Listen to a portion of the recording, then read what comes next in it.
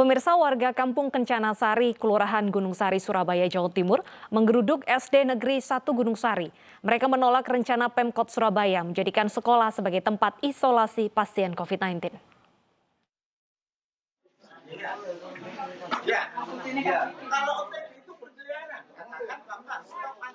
Puluhan warga Kampung Kencana Sari, Kelurahan Gunung Sari, Surabaya ramai-ramai mendatangi SD Negeri 1 Gunung Sari. Mereka memprotes rencana gedung sekolah sebagai tempat isolasi pasien COVID oleh pemerintah kota. Warga beralasan sekolah yang akan dijadikan ruang isolasi berada di kawasan padat penduduk dan berdampingan dengan perumahan warga sehingga mereka takut tertular COVID-19.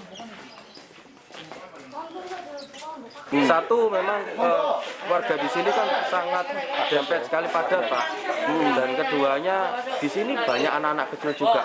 Kenapa harus fasilitas yang dekat warga itulah yang dipakai?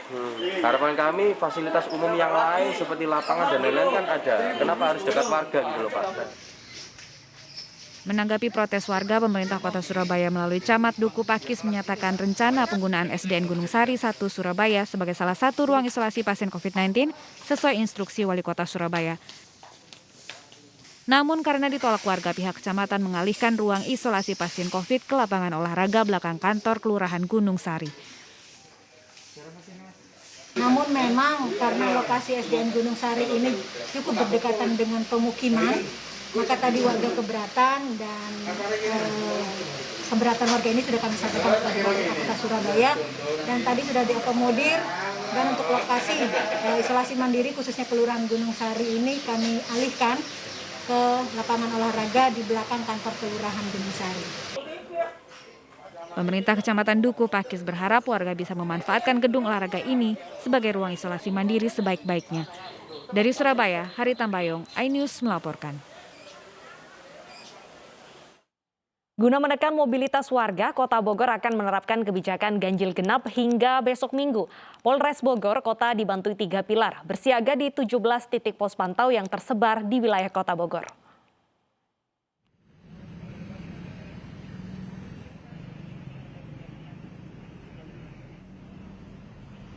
Kebijakan ganjil genap diberlakukan di Kota Bogor selama 24 jam, mulai dari kemarin Jumat hingga besok Minggu.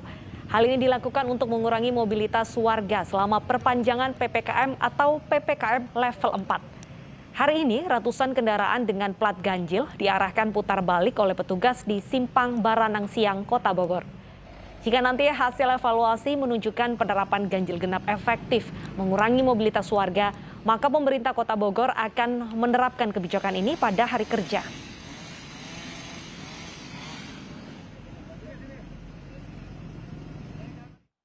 Lalu bagaimana jalannya penerapan ganjil genap di Bogor, Jawa Barat siang ini? Kita bergabung dengan rekan Vito Erlangga di Simpang Baranang Siang, Bogor, Jawa Barat. Selamat siang, Vito. Apakah jalannya ganjil genap kondusif hari ini? Ya, selamat siang Deta dan pemirsa, dapat kami laporkan untuk penerapan ganjil genap di Kota Bogor saat ini masih terpantau kondusif. Dan seperti yang Anda lihat di layar kaca Anda bahwa saat ini sejumlah petugas dari Polres Bogor Kota dibantu 3 pilar masih memantau jalannya proses ganjil genap di wilayah Kota Bogor. Dan berdasarkan pemantauan kami sejak pukul 9.00 waktu Indonesia Barat pagi tadi, sekitar lebih dari 200 kendaraan dengan plat nomor ganjil terpaksa harus diarahkan putar balik. Kendaraan ini mereka rata-rata berasal dari wilayah Kabupaten Bogor yang hendak masuk menuju ke wilayah Kota Bogor. Memang sejak 2 hari pelaksanaan ganjil genap berdasarkan keterangan dari Kapolresta Bogor, pihaknya menyebut sudah lebih dari 5.000 kendaraan diarahkan untuk putar balik. Namun dari pihak Polres Bogor sendiri memang ini hanya menyasar untuk kendaraan pribadi saja. Kemudian untuk kendaraan yang mengangkut sektor esensial dan sektor kritikal ini diperbolehkan untuk melanjutkan perjalanan. Selain itu juga untuk perjalanan darurat juga diperbolehkan untuk langsung melanjutkan perjalanan. Kemudian dapat kami laporkan bahwa memang saat ini Polresta Bogor sendiri sudah menyediakan 17 titik pantau dan untuk penerapan ganjil genap ini akan dilakukan hingga tanggal 25 besok. Dan nantinya jika penerapan ganjil genap ini efektif, maka akan dilanjutkan pada hari kerja. Dan sejauh ini dari pihak Kapolresta Kota Bogor sendiri menyebut pihaknya menargetkan dengan adanya penerapan ganjil genap ini bisa mengurangi angka mobilitas warga Kota Bogor untuk mencegah penyebaran virus COVID-19 sebesar 50%. Kembali ke Anda, Deta. Baik, terima kasih Vito. Semoga ganjil genap ini efektif ya menaikkan angka penyebaran COVID-19. Selamat bertugas kembali. Pemirsa, pemerintah mempertimbangkan apakah akan memperpanjang atau merelaksasi PPKM darurat pada 25 Juli mendatang. Keputusan ini akan didasarkan pada angka kasus harian. Kasus terus mengalami penurunan, maka tanggal 26 Juli 2021 pemerintah akan melakukan pembukaan secara bertahap.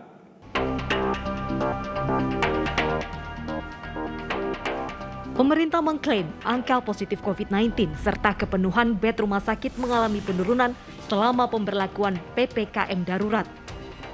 Jika tren semakin menurun, pemerintah perlahan akan membuka keran perekonomian dan aktivitas warga.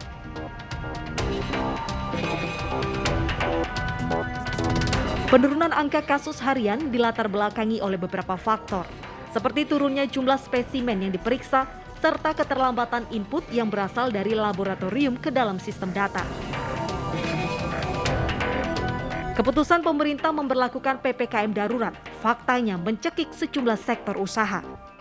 Banyak pelaku usaha yang mengaku mengalami penurunan omset pendapatan, terutama mereka yang menggantungkan pendapatan harian. Tutupnya pusat perbelanjaan juga mengancam adanya pemutusan hubungan kerja akibat pemasukan dan pengeluaran tak seimbang. Tak hanya sektor ekonomi yang menjerit, dunia pendidikan juga belum bisa memberlakukan sekolah tatap muka. Padahal beberapa sekolah telah melakukan uji coba sekolah offline untuk tahun ajaran baru.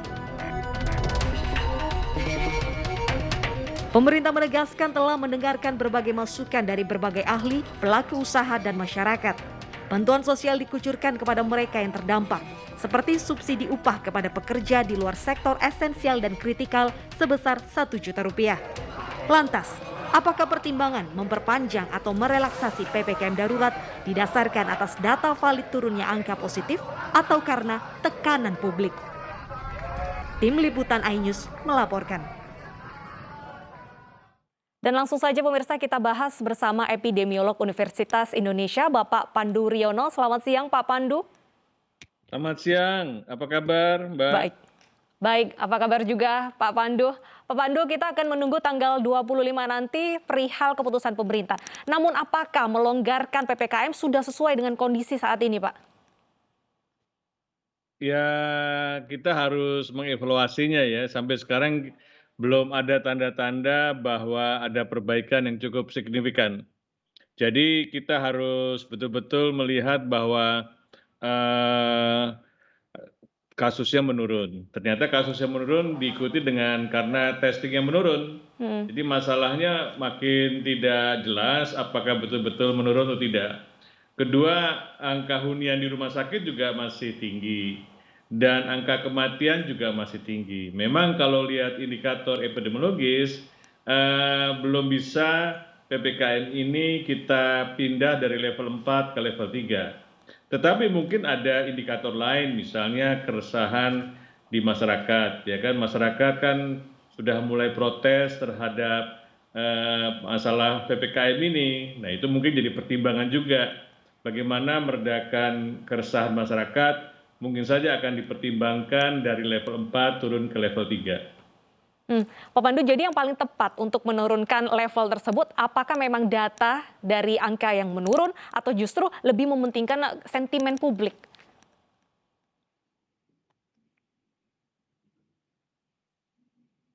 Ya Pak Pandu masih bersama kami? Ya masih, gimana Mbak? Baik. Kedengaran suara saya? Oke, Pak Pandu, lantas apakah faktor yang paling tepat untuk memutuskan diperpanjang atau dilonggarkan, Pak? Yang paling tepat adalah indikator epidemiologis ya, karena kita kan tujuan pengetatan ini adalah menurunkan kasus penularan. Kalau kasus penularannya belum turun signifikan, maka pelonggaran ini sebaiknya ditunda dulu.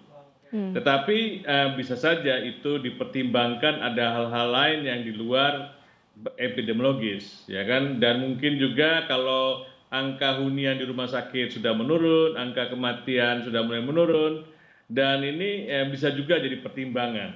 Jadi pertimbangannya cukup banyak dan tidak mudah karena pengetatan ini belum berjalan cukup lama, baru 2 minggu, gitu kan? Biasanya kalau sudah sebulan baru kita bisa melakukan pelonggaran dari level 4 ke level 3 atau level 2.